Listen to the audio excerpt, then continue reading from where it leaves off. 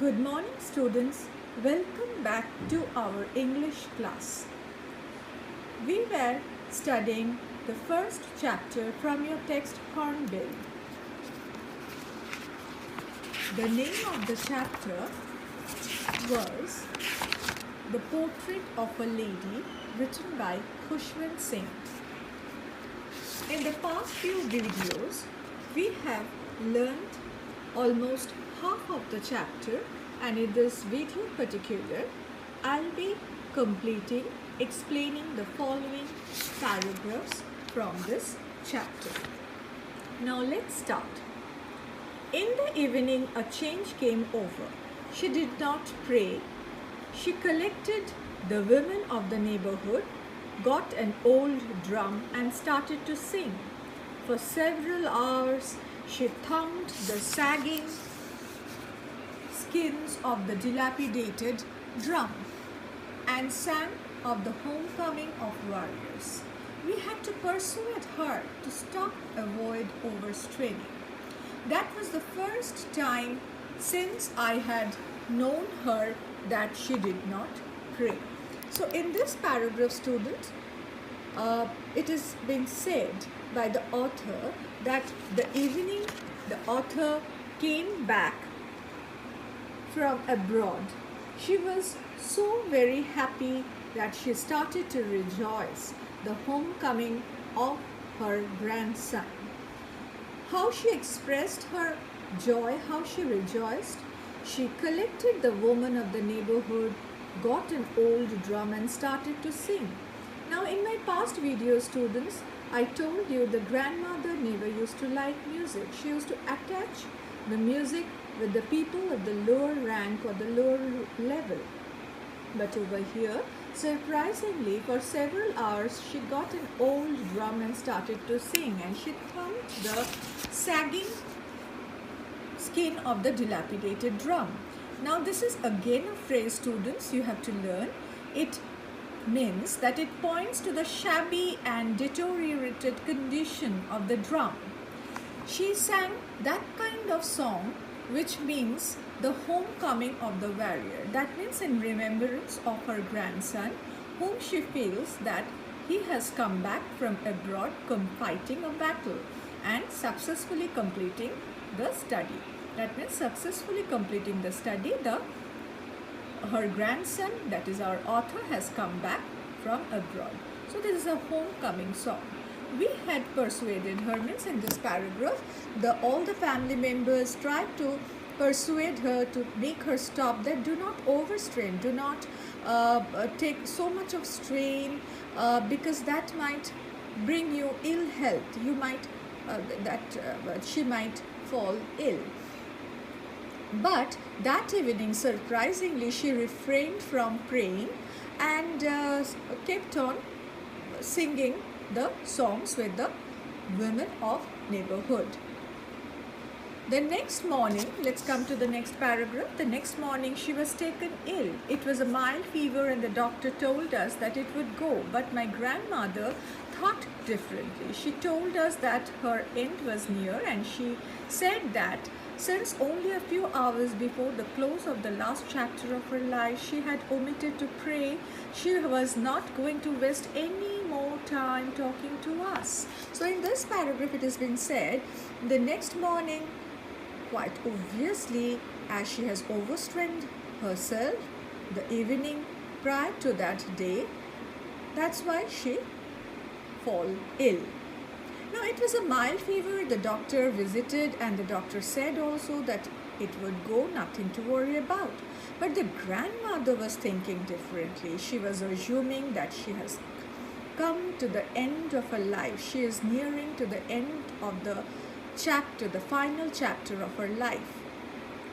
She did not want to waste talking to others, and she started praying, and she kept on praying. Now in the next paragraph, it has been said that we protested, but she ignored our protest. She lay peacefully in bed, praying and telling her beads. Even before we could suspect, her lips stopped moving and the rosary fell from her lifeless fingers. A peaceful pallor spread on her face, and we knew that she was dead. So over here in this paragraph, students, it has been said that at the thinking or at the anticipation of the grandmother that she is nearing to the death or the last phase of her life, the family members protested that why are you thinking so? But she ignored everybody's protest because she was determined and kept lying on her bed without talking to anybody, without wasting any more time. She kept on praying and telling her beads, that is, counting her beads and chanting the prayers. Even before we could suspect, so even before, while in her prayers, even everybody could suspect, her lips stopped moving and the rosary fell from her lifeless fingers, and that clearly denotes that she has passed away. And it is even more evident from the pallor, a peaceful pallor. Pallor means an unhealthy pale appearance. So from this unhealthy pale appearance that covered her face, everybody knew that she has passed away. Now coming to the next paragraph, students, that we lifted her off the bed and is customary laid her on the ground and covered her with a red shroud. Now shroud means a length of cloth or enveloping garment, blanket or cover.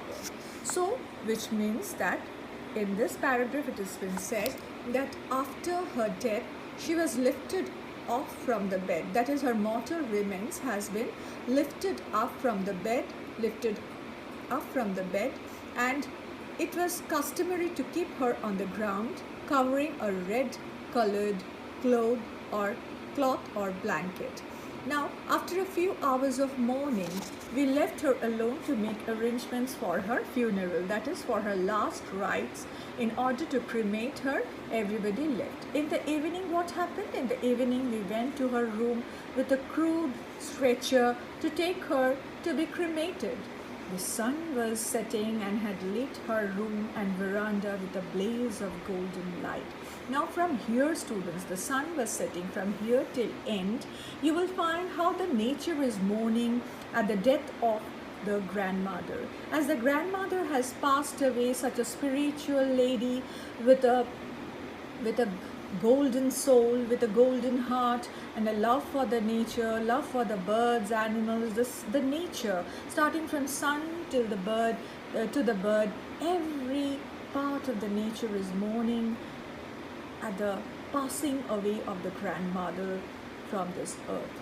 The sun was setting and had lit, so the sun rays lit up her room and the veranda with a blaze. Blaze means a very large or fiercely burning fire, inferno, holocaust or flame. So this golden light lit up her room and the veranda, and we stopped halfway in the courtyard, all over the veranda and in her room, right up to where she lay dead and stiff.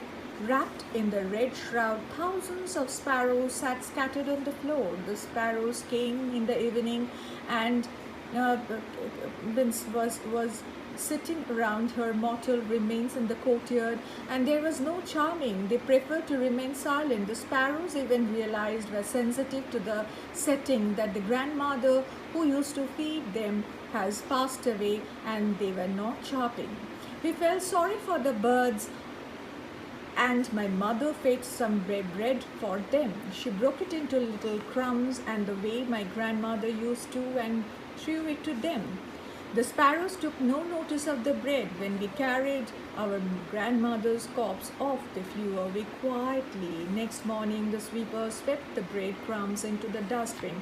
So looking at the sparrows mourning at the death of the grandmother, everybody felt sorry, and looking at this circumstance, the author's mother went and fetched some bread for them, but they refrained from having those breads that day. They took no notice of those breadcrumbs and sat quietly, and while the mortal remains had been taken away by the people from the courtyard, they also flew away quietly.